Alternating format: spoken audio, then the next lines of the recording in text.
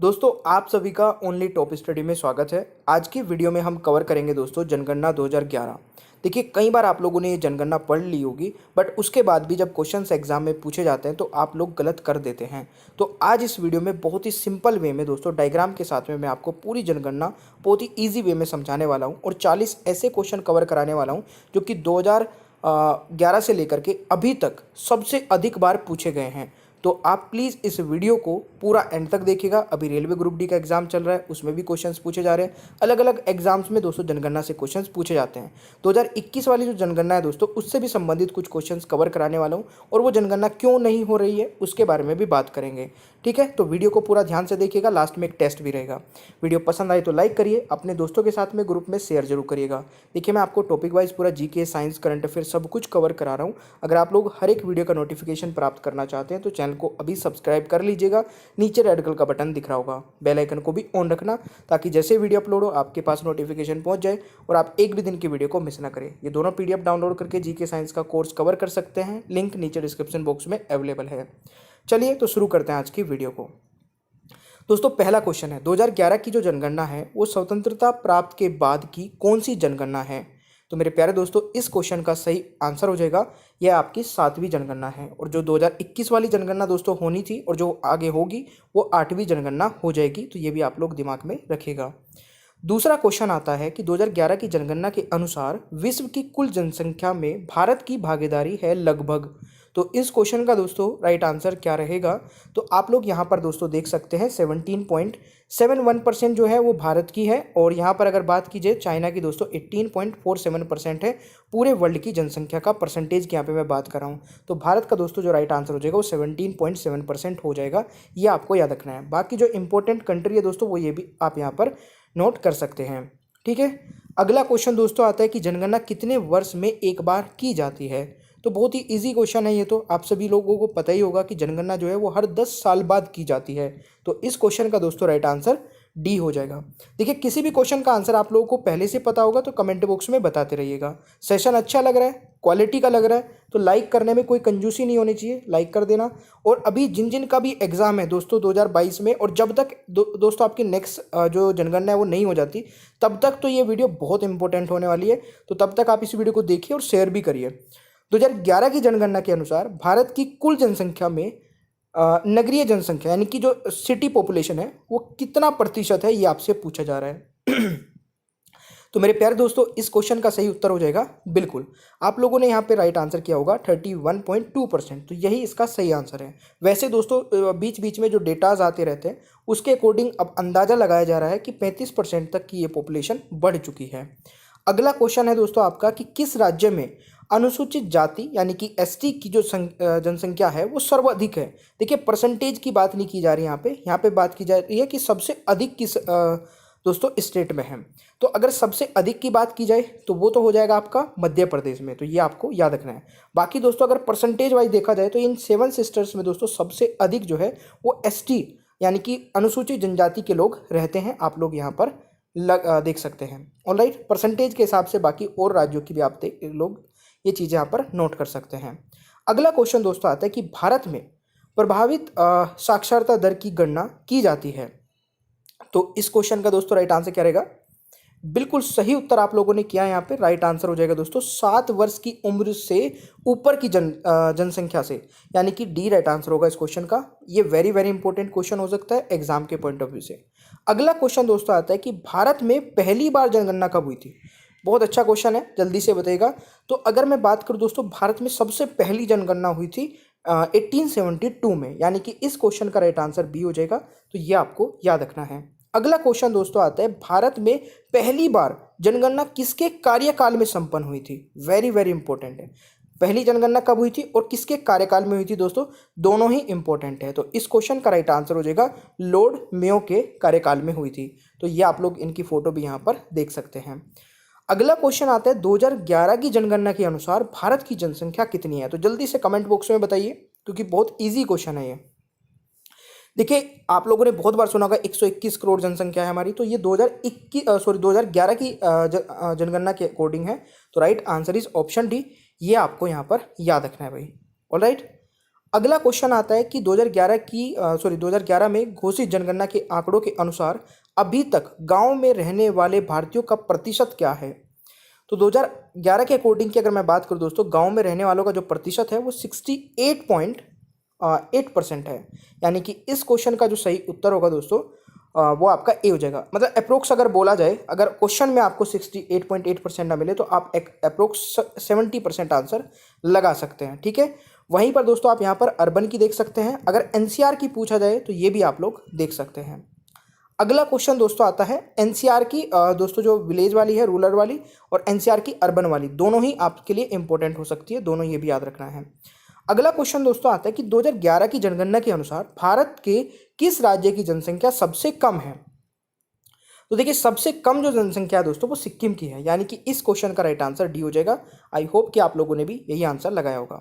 Next question आता है कि 2011 की जनगणना के आंकड़ों के अनुसार निम्न में से कौन सा कथन सही नहीं है। तो ध्यान से पढ़िए दोस्तों, अभी जो भी एग्जाम चल रहा है ना, जनगणना से संबंधित क्वेश्चंस दोस्तों बहुत ज़्यादा पूछे जा रहे हैं। तो ये वीडियो आपके लिए रामबाण साबित होगी। इस वीडियो से बाहर एक भी क्वेश्चन नहीं जाएगा, बस ध्यान से पूरी वीडियो को देख लीजिएगा। इस क्वेश्चन का दोस्तों राइट आंसर हो जाएगा, देखिए साक्षरों की वृद्धि में पुरुषों की जनसंख्या महिलाओं से अधिक है, तो ये गलत है। तो राइट आंसर दोस्तों यहाँ पर डी हो जाएगा। यानी कि इसमें से कौन सा कथन सही नहीं है, तो डी वाला कथन सही नहीं है।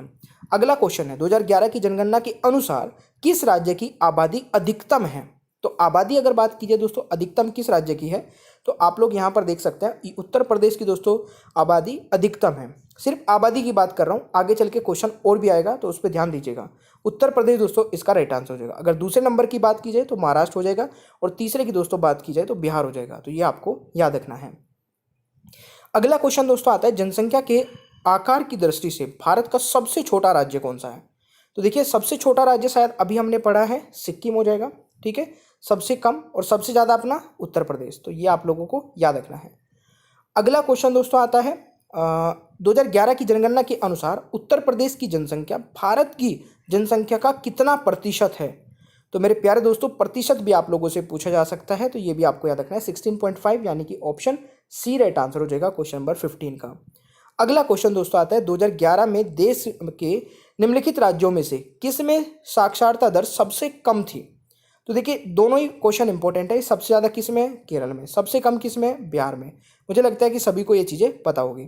ठीक है, अगर दोस्तों यूटीज़ की बात की जाए, यानी कि यूनियन टेरिटरीज में सबसे अधिक जो परसेंटेज है वो लक्षद्वीप की है। ठीक है, तो ये भी आप लोगों को याद रखना है।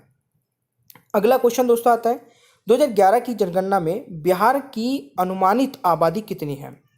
तो इस क्वेश्चन का दोस्तों राइट आंसर क्या हो जाएगा, बिल्कुल 10 करोड़, ये आपको याद रखना है। ऑलराइट, अगर उत्तर प्रदेश की पूछी जाए दोस्तों तो उत्तर प्रदेश की है 21 करोड़, 20 से 21 करोड़, ये आपको याद रखना है। अगला क्वेश्चन आता है जनगणना 2011 के अनुसार देश में सर्वाधिक जनसंख्या वाला राज्य कौन सा है। तो सर्वाधिक जनसंख्या वाला राज्य आई थिंक ये वाला हो चुका है हमारा, है ना। तो यहाँ पर ये आपका उत्तर प्रदेश हो जाएगा। तो ये आपको याद रखना है भाई। ठीक है, जिसमें 20 करोड़ दोस्तों लोग रहते हैं। अगला क्वेश्चन आता है वर्ष 2011 की जनगणना के अनुसार निम्नलिखित राज्यों में से किस राज्य में स्त्री और पुरुष साक्षरता में सबसे अधिक अंतराल है दोस्तों। यानी कि वो कौन सा राज्य है जहाँ पर जो लिटरेसी रेशो है ना मेल और फीमेल का, वो गैप बहुत ज़्यादा है। तो इस क्वेश्चन का दोस्तों राइट आंसर हो जाएगा ये राजस्थान हो जाएगा। राजस्थान में दोस्तों अगर मैं बात करूँ, अप्रोक्स बता रहा हूँ, एग्जैक्ट नहीं, 53% लिटरेसी रेशो जो है वो फीमेल का है और 80% दोस्तों मेल का है। तो ये सबसे ज़्यादा गैप है। अगला क्वेश्चन आता है 2011 की जनगणना के अनुसार भारत में निम्नलिखित राज्यों में से सबसे अधिक जनसंख्या घनत्व वाला राज्य कौन सा है। तो इस क्वेश्चन का दोस्तों राइट आंसर क्या हो जाएगा, देखिए अगर सबसे अधिक जनसंख्या वाला घनत्व वाला राज्य पूछा जाए तो ये क्या हो जाएगा, यानी कि पॉपुलेशन अकॉर्डिंग टू डेंसिटी, तो वो बिहार हो जाएगा। यानी कि कम जगह में दोस्तों ज़्यादा लोग रहते हैं, कहाँ पर, बिहार में। तो ये आपको याद रखना है। अगला क्वेश्चन है लिंग अनुपात का परिकलन कैसे किया जाता है दोस्तों। तो इस क्वेश्चन का दोस्तों राइट आंसर हो जाएगा बिल्कुल देश में प्रति 1000 पुरुष पर महिलाओं की संख्या, इस तरीके से दोस्तों लिंग अनुपात पता किया जाता है। तो ये आपको याद रखना है।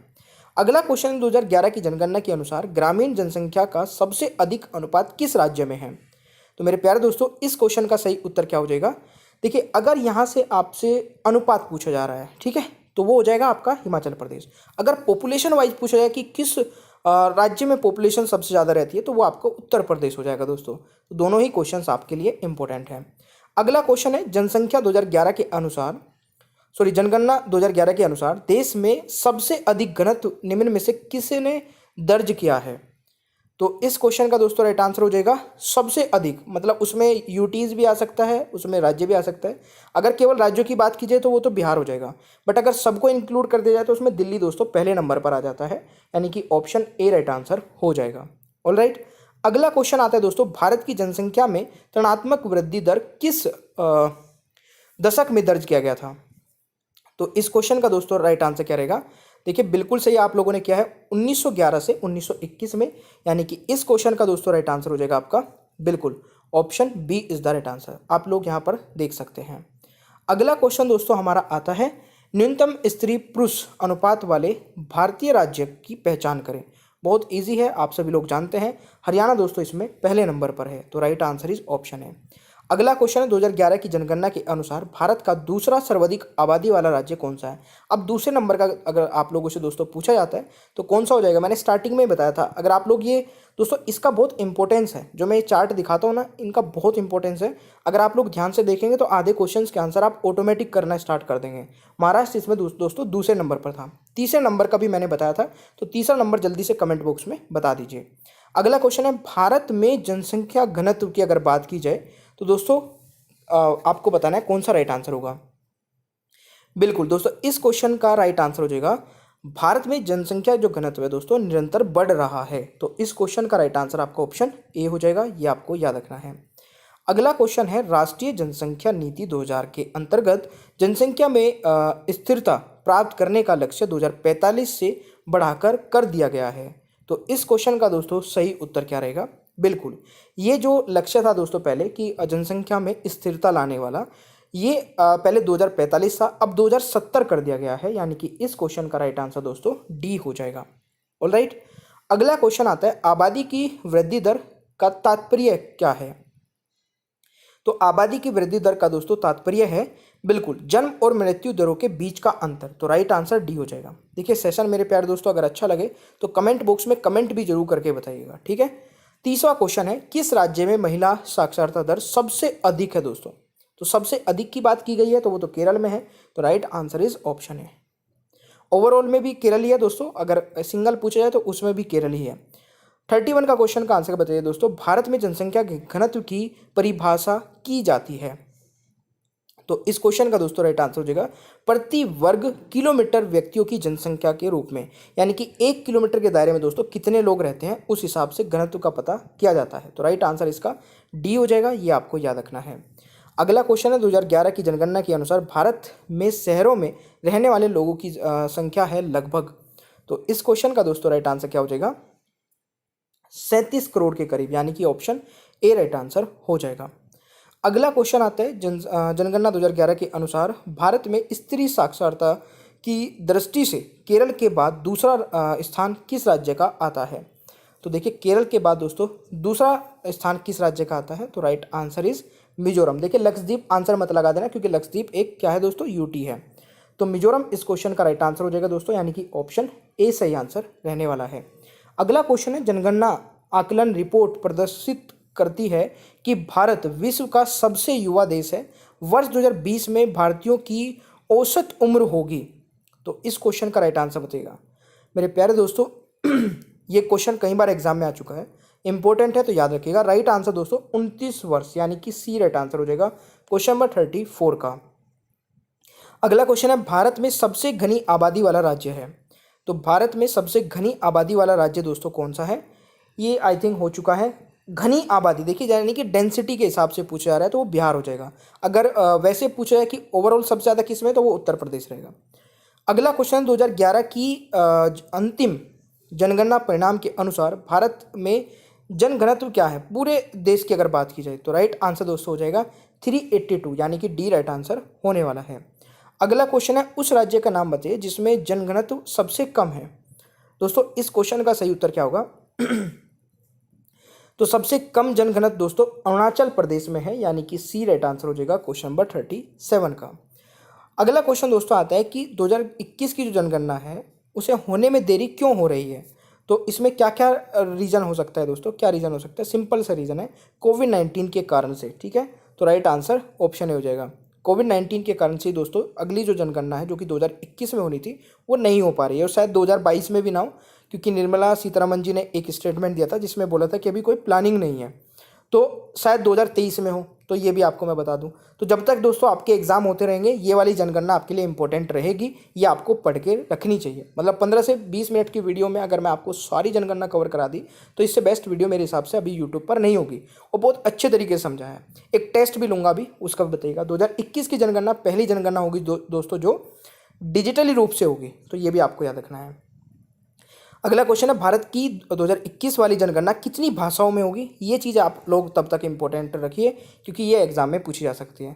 तो 2021 वाली जो जनगणना है दोस्तों वो 16 भाषाओं में होने वाली है, तो राइट आंसर ऑप्शन सी हो जाएगा। अब ये टेस्ट जो है ना दोस्तों, इसके आंसर बताइए। चलिए, पहला क्वेश्चन आपकी स्क्रीन पर है, न्यूनतम स्त्री पुरुष अनुपात वाले भारतीय राज्य की पहचान करें। तो जल्दी से आंसर बताइएगा इस क्वेश्चन का। ठीक है, अगर आपको ज़्यादा समय चाहिए तो वीडियो को पॉज कर लेना। दूसरा क्वेश्चन है, भारत में पहली बार जनगणना कब हुई थी? दूसरा क्वेश्चन। तीसरा क्वेश्चन है, जनसंख्या के आकार की दृष्टि से भारत का सबसे छोटा राज्य कौन सा है? यह आपका तीसरा क्वेश्चन है। आई होप कि दोस्तों आपने तीनों क्वेश्चंस के आंसर सही कर दिए होंगे। ये थी हमारी कंप्लीट वीडियो। आपको कैसी लगी प्लीज़ कमेंट बॉक्स में कमेंट करके जरूर बताइएगा। वीडियो पसंद आई तो लाइक करिए, शेयर करिए अपने सभी दोस्तों के साथ में, और चैनल पर नए हैं तो तुरंत सब्सक्राइब करके बेल आइकन को ऑन कर लीजिए दोस्तों, ताकि आगे आने वाली सभी वीडियोज़ के नोटिफिकेशन आपको मिलते रहें। ये रही दोस्तों आपके सभी क्लासेस के टाइमिंग। ये दोनों PDF डाउनलोड करके GK साइंस का कंप्लीट कोर्स कवर कर सकते हैं। लिंक नीचे डिस्क्रिप्शन बॉक्स में अवेलेबल है। तो thank you so much, bye bye everyone, take care, अपना ख्याल रखिए, मिलते हैं नेक्स्ट क्लास में।